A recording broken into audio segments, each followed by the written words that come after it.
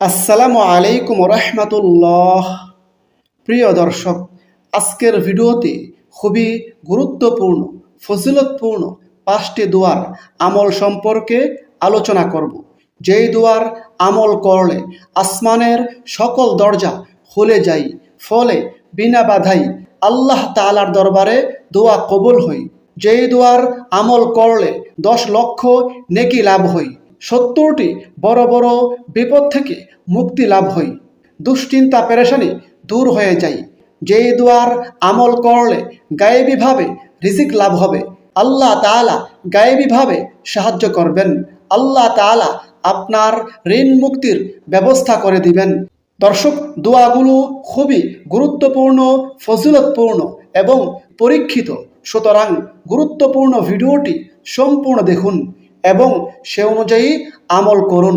নিত্য নতুন ভিডিও পাওয়ার জন্য আমাদের চ্যানেলটি এখনই সাবস্ক্রাইব করে পাশের বেল আইকনটি অল নোটিফিকেশন করে রাখুন। দর্শক, অনেক ছোট ছোট দোয়া রয়েছে, যেই সকল দোয়ার মাধ্যমে আল্লাহ তাআলার সন্তুষ্টি লাভ হয়, আমলকারীকে অসংখ্য নেয়ামত ও পুরস্কার দিয়ে থাকেন। সেই সকল গুরুত্বপূর্ণ দোয়া থেকে আজকের ভিডিওতে 5টি দোয়া আপনাদের সঙ্গে শেয়ার করব। দোয়া খুবই গুরুত্বপূর্ণ ইবাদত। দোয়ার মাধ্যমে বান্দার ভাগ্য খুলে যায়। দোয়া আল্লাহ তাআলার প্রতি বান্দার দীনতা, হীনতা ও বিনয় প্রকাশের একটি বিশেষ মাধ্যম।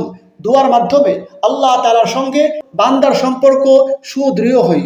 আল্লাহ তাআলা পবিত্র কোরআনে বলেন, তোমরা আমাকে ডাকো, আমি তোমাদের ডাকে সাড়া দিব। নিশ্চয়ই যারা অহংকার বশত আমার ইবাদত থেকে মুখ ফিরিয়ে নেই, তারা লাঞ্ছিত হয়ে জাহান্নামে প্রবেশ করবে। দর্শক, দোয়ার মাধ্যমে আমরা আল্লাহ তাআলাকে স্মরণ করে থাকি। আল্লাহ তাআলা পবিত্র কোরআনে বলেন, হে মুমিনগণ, তোমরা আল্লাহকে অধিক পরিমাণে স্মরণ করো এবং সকাল সন্ধ্যায় তার পবিত্রতা ঘোষণা করো। আল্লাহ তাআলা পবিত্র কোরআনের অন্য স্থানে বলেন, তোমরা আল্লাহকে অধিক পরিমাণে স্মরণ করবে যাতে সফলতা অর্জন করো। সূরা আনফাল আয়াত 45। দর্শক, তাছাড়া নেক আমলের মাধ্যমে জীবনে কল্যাণ আসবে, উত্তম জীবন লাভ হবে। এ প্রসঙ্গে আল্লাহ তাআলা পবিত্র কোরআনে নিজেই ওয়াদা করে বলেছেন, মুমিন পুরুষ ও নারীর মধ্যে যে কেউ সৎ কাজ করবে তাকে আমি নিশ্চয়ই আনন্দময় জীবন দান করব এবং তাদেরকে তাদের কৃতকর্মের শ্রেষ্ঠ পুরস্কার দান করব। সুবহানাল্লাহ। সূরা নাহাল আয়াত 97। হাদিসে প্রিয় নবী সাল্লাল্লাহু আলাইহি ওয়াসাল্লাম বলেছেন, আদ-দুআউ হুয়াল ইবাদাহ, অর্থাৎ দোয়াই হচ্ছে ইবাদত। অপর হাদিসে প্রিয় নবী বলেন, দোয়া হচ্ছে ইবাদতের মগজ। দর্শক, এখন চলুন গুরুত্বপূর্ণ ফজিলতপূর্ণ 5টি দোয়ার আমল সম্পর্কে আলোচনা করি। 1 নম্বর, যে দোয়ার আমল করলে আসমানের সকল দরজা খুলে যায়, ফলে বিনা বাধাই আল্লাহ তাআলার দরবারে দোয়া কবুল হয়, সেই দোয়াটি হচ্ছে, আল্লাহু আকবার কাবীরা ওয়ালহামদুলিল্লাহি কাসীরা ওয়া সুবহানাল্লাহি বুকরাতাও ওয়া আসীলা। এই দোয়ার ফজিলত প্রসঙ্গে হাদিসে রয়েছে, হযরত আব্দুল্লাহ ইবনে ওমর রাদিয়াল্লাহু আনহু বর্ণিত আছে, তিনি বলেন, আমরা প্রিয় নবী সাল্লাল্লাহু আলাইহি সাল্লামের সঙ্গে নামাজ পড়ছিলাম। তখন সেই সময় একজন ব্যক্তি বলে উঠল, আল্লাহু আকবার কাবীরা ওয়ালহামদুলিল্লাহি কাসীরা ওয়া সুবহানাল্লাহি বুকরাতাও ওয়া আসীলা। তখন প্রিয় নবী বললেন, কে বলল এসব কথা? অতঃপর সেই লোকটি বলল, ইয়া রাসূলুল্লাহ, আমি বলেছি। তখন নবী করিম সাল্লাল্লাহু আলাইহি সাল্লাম বললেন, এই বাক্যগুলো আমাকে আশান্বিত করেছে। এই বাক্যের কারণে আসমানের সকল দরজা খুলে গেছে। সুবহানাল্লাহ। হযরত আব্দুল্লাহ ইবনে ওমর বলেন, রাসূলের কণ্ঠে এরূপ কথা শোনার পর থেকে আমি কখনো এই বাক্যগুলো পড়তে ছাড়িনি। হাদিসটি মুসলিম শরীফে, মুসনাদ আহমদে বর্ণিত হয়েছে। 2 নম্বর, যেই দোয়ার আমলে দুশ্চিন্তা পেরেশানি দূর হয়ে যায়, সেই দোয়াটি হচ্ছে, হাসবিয়াল্লাহু লা ইলাহা ইল্লা হুয়া আলাইহি তাওয়াক্কালতু ওয়া হুয়া রব্বুল আরশিল আযীম। এই দোয়ার ফজিলত প্রসঙ্গে হাদিসে রয়েছে, হযরত আবু দারদা রাদিয়াল্লাহু আনহু বলেন, যে ব্যক্তি দুশ্চিন্তা পেরেশানির সময় এই দোয়াটি সকাল সন্ধ্যায় 7 বার পড়বে। আল্লাহ তাআলা তার সকল দুশ্চিন্তা পেরেশানি দূর করে দিবেন। আল্লাহ তাআলা তার দুনিয়া ও আখিরাতের সকল প্রকারের দুশ্চিন্তা থেকে হেফাজত করবেন। সুবহানাল্লাহ।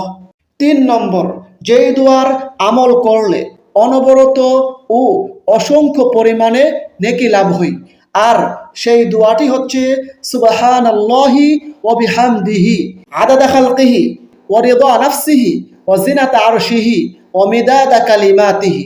এই দোয়ার ফজিলত প্রসঙ্গে হাদিসে রয়েছে, হযরত জুয়াইরিয়া রাদিয়াল্লাহু আনহা হতে বর্ণিত আছে, তিনি বলেন, একদিন প্রিয় নবী সাল্লাল্লাহু আলাইহি সাল্লাম আমার ঘর থেকে ফজরের সময় বের হয়ে গেলেন।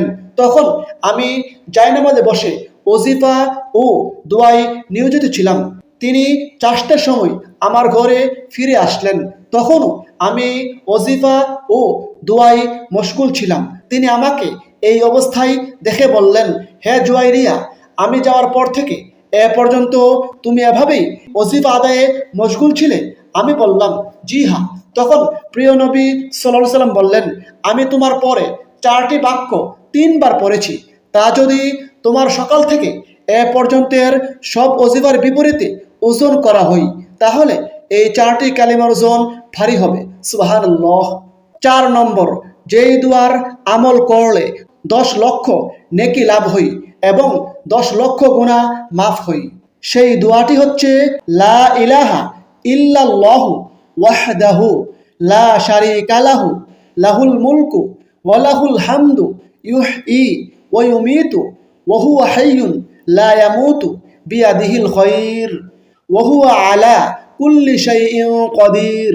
এই দোয়ার ফজিলত প্রসঙ্গে হাদিসে রয়েছে, হযরত ওমর ফারুক রাদিয়াল্লাহু আনহু বর্ণিত আছে, তিনি বলেন, যে ব্যক্তি বাজার দিয়ে যাওয়ার সময় এই দোয়াটি পড়বে কিংবা এই দোয়ার আমল করবে, সে ব্যক্তির আমল নামায় 10 লক্ষ নেকি লেখা হবে এবং তার 10 লক্ষ গুনাহ মাফ করা হবে। সুবহানাল্লাহ। দর্শক, 5 নম্বর, যে দোয়ার আমল করলে ঋণ থেকে মুক্তি পাবেন। গায়েবীভাবে আল্লাহ তাআলা আপনার ঋণ মুক্তির ব্যবস্থা করে দিবেন। সেই দোয়াটি হচ্ছে আল্লাহুম্মা কফিনি বিহালালিকা আন হারামিক ওয়া আগনিনি বিফাদলিকা আম্মান সিওয়াক। দর্শক, এই দোয়ার ফজিলত প্রসঙ্গে হাদিসে রয়েছে, একবার এক সাহাবী হযরত আলী রাদিয়াল্লাহু আনহুর কাছে কিছু সাহায্য প্রার্থনা করলেন এবং সে ব্যক্তি বললেন, হে আলী, আমি ঋণগ্রস্ত, আমাকে কিছু সাহায্য করো। তখন হযরত আলী রাদিয়াল্লাহু আনহু বললেন, আমি কি তোমাকে এমন একটি দোয়া শিখিয়ে দিব না যা আমাকে প্রিয় নবী সাল্লাল্লাহু আলাইহি সাল্লাম শিখিয়েছিলেন? যদি তুমি এই দোয়ার আমল করো, তাহলে আল্লাহ তাআলাই তোমার ঋণ মুক্তির ব্যবস্থা করে দিবেন, যদিও ঋণ পাহাড় সম পরিমাণ হয়। সুবহানাল্লাহ। হাদিসটি তিরমিজি শরীফে বর্ণিত হয়েছে।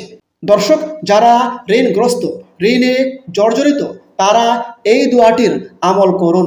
দোয়াটি বেশি বেশি পরিমাণে পড়ার চেষ্টা করুন। পাশাপাশি যখনই আল্লাহ তাআলার কাছে 2 হাত তুলে প্রার্থনা করবেন, এই দোয়াটি অন্তত একবার পড়ুন। ইনশাআল্লাহ আল্লাহ তাআলা আপনার ঋণ মুক্তির ব্যবস্থা করে দিবেন। মহান আল্লাহ তাআলা আমাদের সকলকে আমলগুলো করার তৌফিক দান করুন। আমিন। আসসালামু আলাইকুম ওয়া রাহমাতুল্লাহ।